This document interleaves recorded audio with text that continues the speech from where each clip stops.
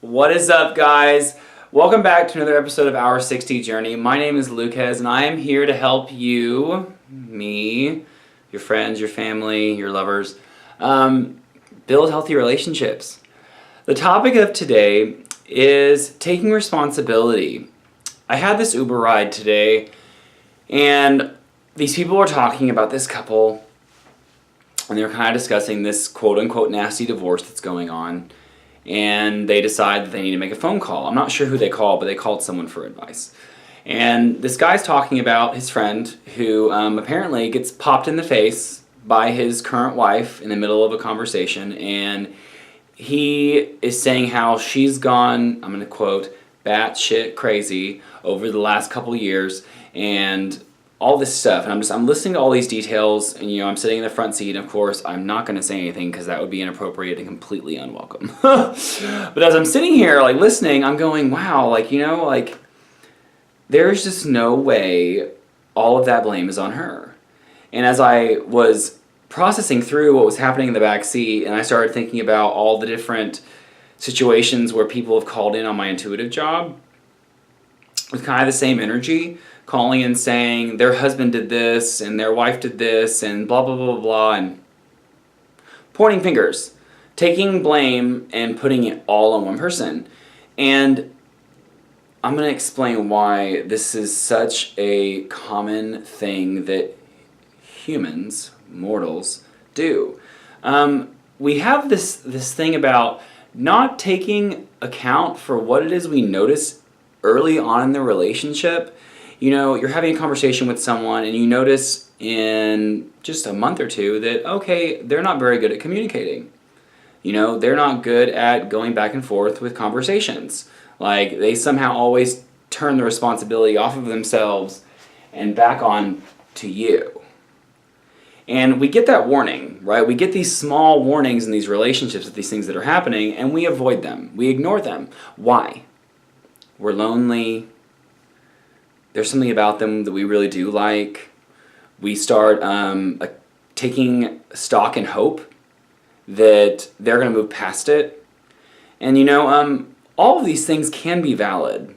Even the loneliness, companionship is the number one thing that humans want. We have this deep, deep internal desire to bond with people on this physical, mental, spiritual, emotional level. We want to bond with people and become one. We want to centrifuge.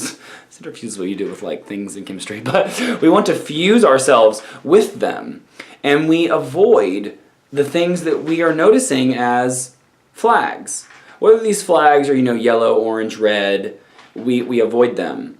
And then later what happens is those small things that we allow them to do to us, right? We allow them to not communicate. We allow them to get too angry. We allow them to talk down to us. We allow so many things because of our desire to have a partner and to not be alone. And it's the other day, this woman called and said she was just on this ramble of all these things her husband was doing, and the main issue that they were having right now is her husband's cheating on her. And all of a sudden, I got this really strong message, and I said, "Can I ask you a question?" And she goes, "Of course." And I said, "You had your last child about 3 years ago, right?" And of course, she's blown away that I even knew that she had a child 3 years ago. And this is just some of the intuition that's been coming in my mind, where things just pop up, and I cannot explain it. It just comes up. And I said, "You went through a really intense postpartum depression, didn't you?" And she goes, "Yes, I did. Yeah, I did do that." And I had this pause, and I thought to myself, I'm getting this feeling that you started withdrawing from him. That when you were going through your postpartum depression, you started becoming incredibly nagging. You started withdrawing communication, and above all things, in your husband's mind, you withdrew sex. You backed away from him. You took a huge step back from your husband. You withdrew your energies from your husband. And, in his mind, he's not the best communicator. He's not always good at expressing what's happening inside of himself, which again is his issue. That's an issue as well. And I said, and that's why he's been doing this. He's been out cheating on you because you withdrew. And there was just this long pause. We had several pauses during that conversation because sometimes when I turn the tables on people, they all of a sudden look at themselves in the mirror and they go, oh, I had a hand in this. I'm sure my face was so judgmental right now. I'm not being judgmental. It's just like, it's a fact that people have to take in. It is our responsibility to take in our accountability for what it is that we did to affect that relationship, what it is that we moved through, our decisions, our choices, our words, and how those things affected our partner. And then from there, it was a reaction. Whether or not they should have is irrelevant because we had a hand in it. It's like there's this story one time about another woman that called in. I'm giving all examples because there's so many examples, and if you compare it to your life, you're going to find them. This woman calls in and she's talking about how her husband physically abuses her and how he hits her. Again, point. He hits me. He's a bad man. He's angry. He's this. And I was just like, do you abuse him with words? And she goes, what do you mean? I said, do you demean him? Do you tear him down? Do you demasculinate him? Is that a word? Do you make him feel not manly with your words? And then there was this sigh. Yeah, I do. And I said, well, if your sword is your tongue, and your husband doesn't have the same sword, which is his tongue, if he's not good at using words to tear you down, his only reaction is physical violence. And, I'm not saying that he's right. I'm not saying that he should be hitting you, but you are sitting there making deposits of anger in him. And his only way that he knows how to process anger is through violence. And it's like, it might be physical violence, but you are being emotionally violent and intellectually violent.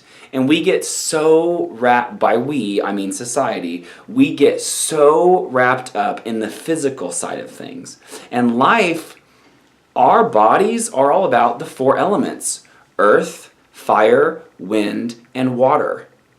The body, the spirit, the mind, and the emotions.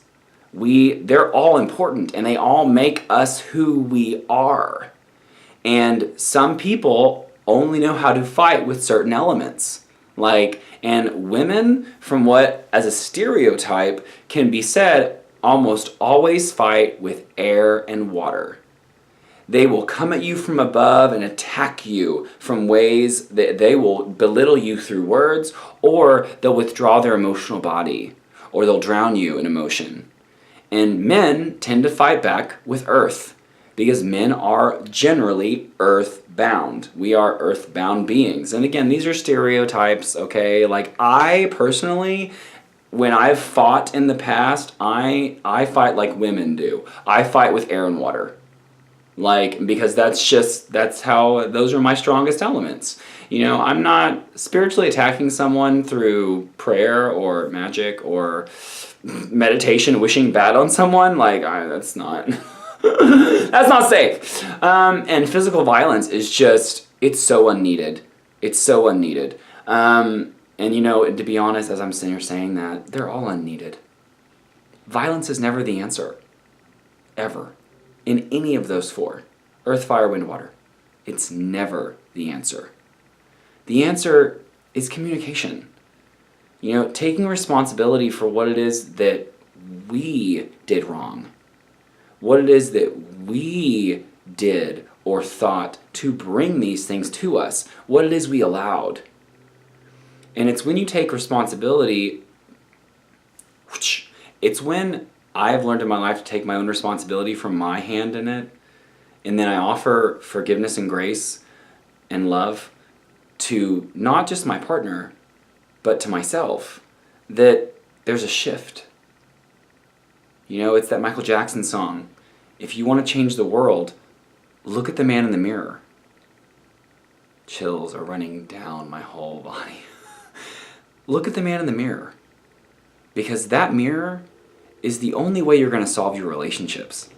is taking responsibility and accountability for what it is that you're doing. Take all the heat off your partner, because in some way, they're dancing with you in the energy you provided. And again, I'm going to say this because I know there's people out there who are going to watch this video and they're going to blow up comments with, "You're saying it's okay to hit people." No, I'm not. I'm not. What I'm saying is that if you communicate properly from the beginning and you take heed to the flags that pop up in the beginning of relationships, and you're not just with someone just so you can have someone, these things will not happen. The relationship will grow through love and joy and grace and compassion and trust and truth. And that's what relationships are really about, is building on those principles. So the final message for today is, before you do anything, go stand in front of the mirror and take account for yourself, because that's where you're going to find resolution, and that is where you're going to find peace. Thank you guys so much for watching. Make sure you click subscribe and click like and share these videos with your friends. There's a lot of energy and information on this channel, and I welcome all of you to share. Thank you.